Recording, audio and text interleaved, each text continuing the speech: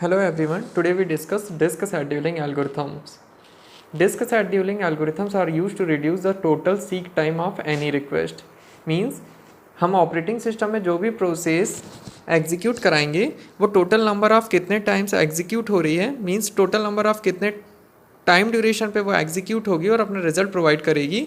उस time duration को reduce करके हमारा एल्गोरिथम हमको जो मेमोरी लोकेशन रहेगा वहाँ पे हमारी प्रोसेस को स्टोर कराता है। Basically, the operating system is responsible is using hardware efficiency. जो भी हमारा ऑपरेटिंग सिस्टम रहेगा वो इसके लिए रिस्पॉन्सिबल रहेगा और फास्ट एक्सेस टाइम और डिस्क बैंडविड्थ के अकॉर्डिंग हमारी प्रोसेस के आउटपुट को मेमोरी लोकेशन पर स्टोर कराता है। जो हमारा डिस्क शेड्यूलिंग एल्गोरिथम रहता है उसके लिए टू मेजर कंपोनेंट रहते हैं। जो डिस्क शेड्यूलिंग एल्गोरिथम रहता है बेसिकली टू मेजर कंपोनेंट के ऊपर डिपेंडेबल है। फर्स्ट है सीक टाइम और सेकेंड है रोटेंशियल लेटेंसी।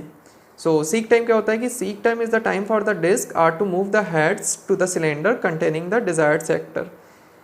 इसका मतलब ये है कि सीक टाइम जो हमारी हार्ड डिस्क रहती है उसके जो सेक्टर रहते हैं कि वो अपने एक पर्टिकुलर सेक्टर पे सिलेंडर के फॉर्म में कैसे मूव होते हैं। और रोटेंशियल लेटेंसी जो हमारा सेकंड पॉइंट रहता है वो कहलाता है कि हमारा एडिशनल टाइम रहता है जिसमें हमारी प्रोसेस वेट करती है जो भी हमारा डिस्क हेड रहता है वो प्रॉपर सेक्टर में स्टोर होने के टाइम पर। डिस्क शेड्यूलिंग एल्गोरिथम में हम मिनिमाइज सीक टाइम कैलकुलेट करते हैं। सीक टाइम सीक डिस्टेंस के अकॉर्डिंग ही कैलकुलेट होता है और ये जो डिस्क शेड्यूलिंग एल्गोरिथम है वो डिस्क बैंडविड्थ की टोटल नंबर ऑफ बाइट्स जितनी भी ट्रांसफर होती हैं उसके ऊपर वर्क करता है। बेसिकली जो हमारा डिस्क शेड्यूलिंग एल्गोरिथम रहता है वो डिफरेंट टाइप का रहता है। हम वन बाई वन डिस्कस करते हैं। जो हमारा पहला एल्गोरिथम रहता है वो होता है FIFO means first in first out.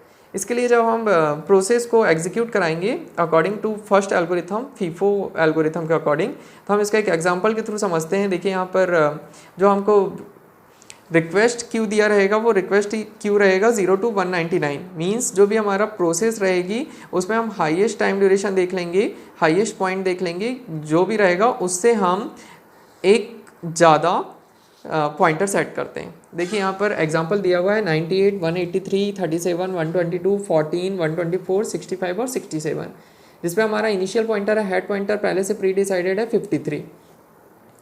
इस एग्जांपल में हाईएस्ट वैल्यूज़ हैं, हाईएस्ट वैल्यू है हमारी 183 और लोएस्ट वैल्यू है 14 मीन्स जो हमारा स्केल हम सेट करेंगे वो 0 से स्टार्ट होके हाईएस्ट 183 को क्रॉस करते हुए 200 तक जाएगा। अब देखिए हम जब इसका ग्राफ जनरेट करते हैं तो हमने एक स्केल जनरेट किया जिस पे हमारी पूरी डेटा कवर होंगी। इस पर हम फर्स्ट कम फर्स्ट सर्व या फीफो में हम क्या करते हैं कि सबसे पहले जो प्रोसेस एग्जीक्यूट हो रही है उसको हम जो फर्स्ट कम है मींस जो पहले आ रही है वो ही हम पहले एग्जीक्यूट कराएंगे। तो इसमें सबसे पहला पॉइंट आउट हमारा जो इनिशियल पॉइंटर है वो 53 पे पॉइंट आउट होगा। उसके बाद नेक्स्ट पॉइंटर 98 पे होगा, देन 183 पे होगा, 183 के बाद 37। इस प्रोसेस का अकॉर्डिंग हम पॉइंट आउट करते जाएंगे और लास्ट में हम सारे पॉइंट को ड्रॉ कर देंगे। ड्रॉ करने के बाद हमको कैलकुलेट करना पड़ेगा total head movement. Total head movement हम इंडिविजुअल एल्गोरिथम का फाइंड आउट करेंगे जो कि कैलकुलेट होगा बिग प्रोसेस में से स्मॉल प्रोसेस को सब्ट्रैक्ट करके। इसके लिए हमको करना पड़ेगा टोटल THM कैलकुलेट करने के लिए 183 मीन्स इसके लिए हमको कैलकुलेट करना पड़ेगा THM। बड़ी प्रोसेस में से छोटी प्रोसेस को सब्ट्रैक्ट करना पड़ेगा। हमारा स्टार्टिंग पॉइंटर है 53 तो हम क्या करेंगे 98 में से 53 को सब्ट्रैक्ट करेंगे प्लस 183 माइनस 98 करेंगे। उसका 183 माइनस 37 करेंगे, 122 minus 37 plus 122 minus 14, 124 minus 14 plus 124 minus 65 plus 67 minus 65। Then सब प्रोसेस को ऐड करके जो हमारा THM आएगा वो 640 सिलेंडर्स कराएगा। तो ये इस टाइप से FCFS पॉलिसी डन होती है। सेम एज इट इज़ जब हमारा SSTF हम देखते हैं तो SSTF में हम उस रिक्वेस्ट को सेलेक्ट करते हैं जिस पर हमको मिनिमम सीक टाइम प्रोसेस को एग्जीक्यूट कराने में लगता हो और करंट हेड पोजीशन का सबसे मिनिमम सीक टाइम हो वो। ये जस्ट इक्विवेलेंट रहता है SJF शेड्यूलिंग के अकॉर्डिंग। इसके लिए हम देखिए THM कैलकुलेट करेंगे तो हम क्या करेंगे कि हमारा प्रोसेस जो भी रहेगी जो शो हो रही है क्यू के फॉर्म में उसमें भी हमारा स्टार्टिंग पॉइंटर है 53। हम इनिशियल पॉइंटर 53 पे सबसे पहले पॉइंट आउट करेंगे। 53 के बाद हम चेकआउट करेंगे कि हमारा 53 से नियरेस्ट कौन सा पॉइंट है, तो नियरेस्ट पॉइंट रहेगा हमारा 67 के बाद हम 65 पे पॉइंट आउट करेंगे। देन उसके बाद हम डिक्रीजिंग ऑर्डर में जाएंगे तो 37 पे पॉइंट आउट करेंगे, 37 के बाद 14 पे पॉइंट आउट करेंगे। उसके बाद हम उससे इंक्रीजिंग वैल्यूज़ पे आएंगे, इंक्रीजिंग वैल्यू पे 98 के बाद 122 के बाद 124, देन लास्ट में 183।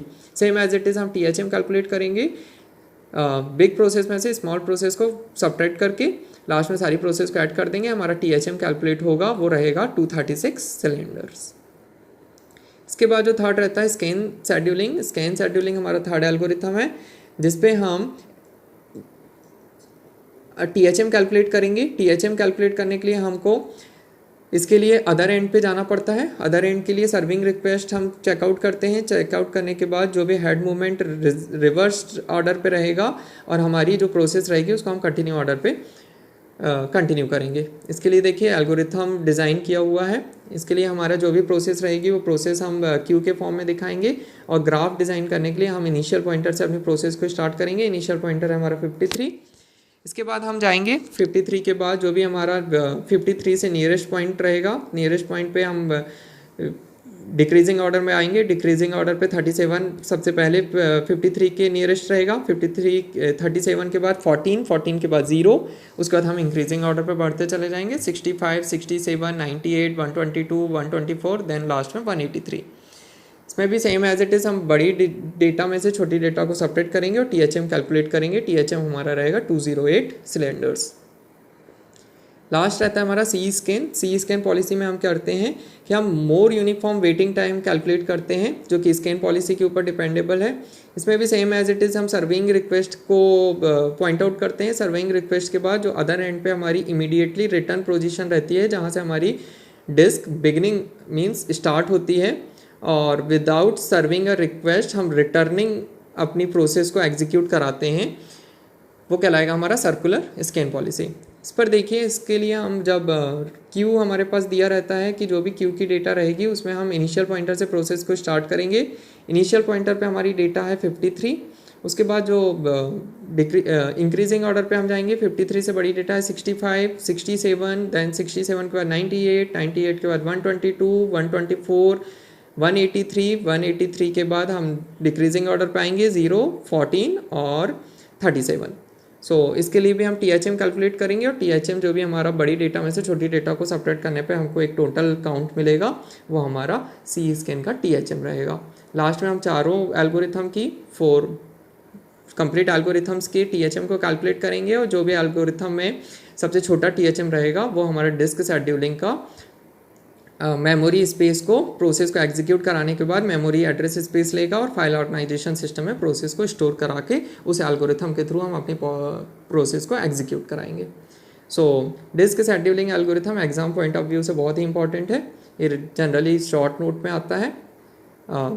शॉर्ट नोट के अकॉर्डिंग ही इस के लिए हमको थ्योरी पोर्शन को कवर अप करना पड़ेगा और न्यूमेरिकल सॉल्व करना पड़ेंगे। ये बहुत ही ईजी पोर्शन है। यदि आपको इस पर कुछ भी डाउट रहता है तो आप थ्योरी क्लास में इसको क्लियर कीजिएगा।